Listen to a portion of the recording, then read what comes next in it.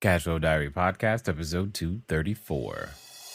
Welcome to yet another exciting episode of the Cashflow Diary Podcast, the podcast that teaches you insider tips, tactics, and strategies for creating leverage streams of cash flow into your life. Learn from top-performing entrepreneurs, business owners, investors, and thought leaders from across the globe as they share their secrets to success.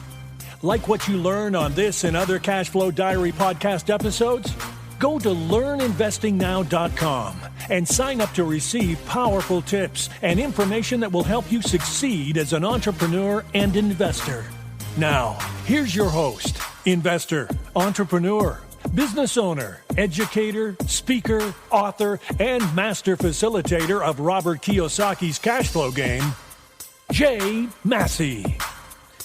Hey guys, gals, people of all ages, and across many different time zones and countries, glad that you are here. I'm Jay, and we're going to be brief today, but I think it's going to be something that hopefully you'll be able to think about, not only now as we wind down this particular year, but as you pick up this next year and you turn over those new leaves and you soon turn your attention. If you haven't already, you will be turning your attention to the things that you want to accomplish in this next year. I know that time of year is coming up for many of us where we go, okay, that's it. Old me behind and new me ahead. And I just wanted to share something with you. Many of you know that my life here in the fourth quarter of a year is absolutely nuts because most of us in the immediate family have our birthdays and are all on top of everything else that's going on. So, my wife's birthday, it starts with her birthday, then there's like Halloween, and then 2 weeks later, then it's my oldest daughter, and it just continues. It's like every other week, from October on, there's at least one, if not two in some cases, birthdays in any given week or a holiday to contend with. So fourth quarter becomes this time where it's just, it's kind of insane, but you guys, you have your own insanity to deal with, right? Well, one of the things that has occurred to me, and it's occurred to me a number of times, and probably to you as well, is that it's important to understand or remember why you're doing what you're doing. Why do you keep listening? Why do you keep pursuing information? Why do you keep writing offers? Why do you keep learning how to deal with people? Why do you feel the need to continue to learn to sell and do the pieces of things that need to be done in order to become the person that has the ability to help the number of individuals that you want to, so that you can go out there and provide some value? And we all have our reasons for doing so. And it's no secret that, a lot of that has to do with family. For me, if you go back and listen to like episode 1, that'll definitely clue you in, to how we got started and a lot of the reasons why Cashflow Diary even exists. And there's a couple of episodes. I think it's episode 11 when we were talking about the cash flow board game and just all these other things that have played a role in integral parts. And I have a very simple message today, and it's just quite simply, you never know who's watching. You don't know who's listening. And I know right now you may be going through a time to where it's hard and doesn't feel like you're going to get to the goal. And believe me, I know about hard and feeling like you're not going to get to the goal, or that goalpost seems to keep on moving back and further away, even though it feels like, did I make progress, or really what's going on? I'm very well aware of that feeling. But what I wanted to share with you is that long as you can continue to keep the whys important, those really small, or what we call small, but yet are usually big things, in the forefront of our mind, I think we'll be satisfied, because you want to be not only satisfied with reaching your goal, but you want to be satisfied with the person that you become on the other end. And that's one of the things that I learned a long, long time ago, is, I believe it was Jim Rohn said something to the effect of, don't strive to be a millionaire for the money, but because of what it'll make of you along the way. And that's very, very true. And you may not feel like you're growing or changing much, but this is where I remind you, you never know who's watching. We are some of the worst judges of, am I making progress? Does this make sense? And well, what is it all worth it anyway? We're some of the worst judges, especially of ourselves in these matters. So as I hinted at earlier, birthdays are in the fourth quarter, and of course that one of those would be mine. And now I don't know. I feel physically different finally that I'm now 41, and I find this interesting for me.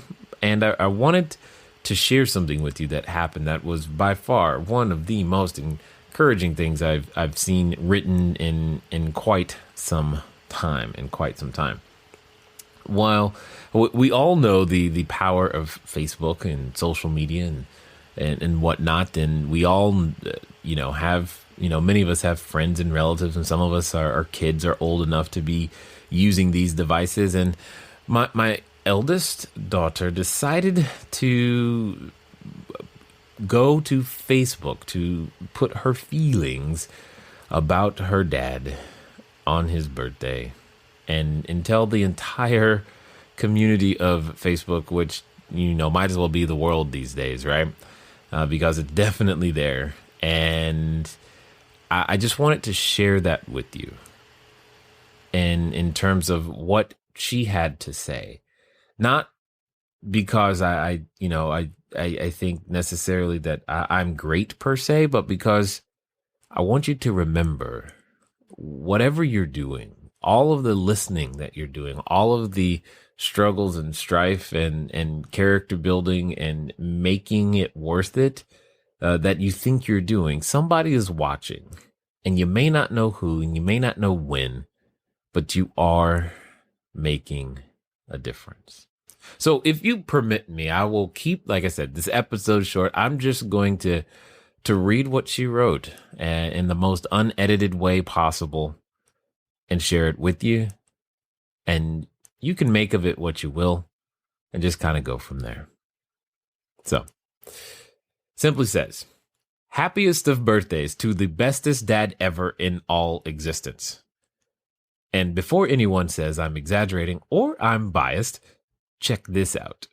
This man, single-handedly, until he got married, then I guess it was double-handed, fought to stay in my life every weekend that he had me ever since I could remember until I was 17. He took a family of 4 from foreclosed and surviving to a family of 6 to blessed and thriving.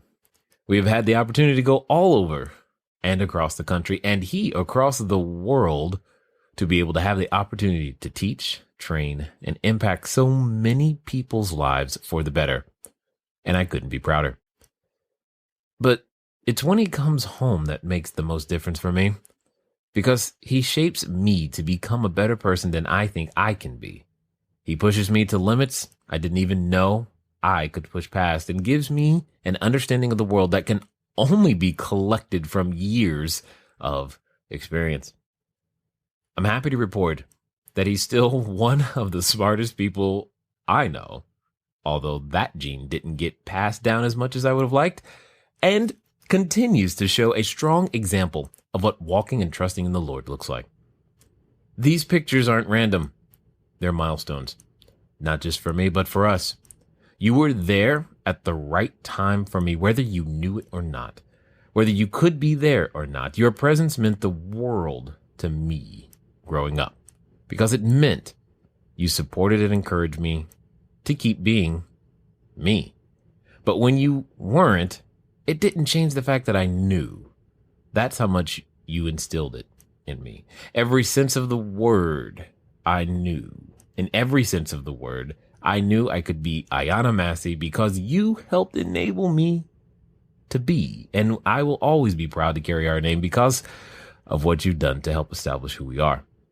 And if you made it this far into my post, then I guess all that's left to say is I love you. From Anaheim and back, I love you. From Pomona and back, I love you. And if I ever got the chance to live on the moon, well, I think you get the idea.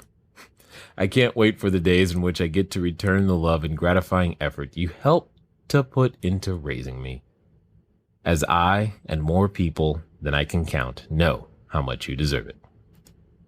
Happy, happy birthday, Dad. Hashtag, I will put the soapbox back.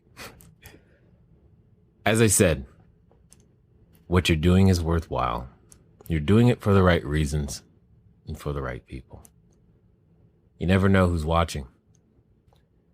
Let today be the day that you can look back and say, that was the day that I began to be a person that I would be proud of seeing on the other end. Until next time.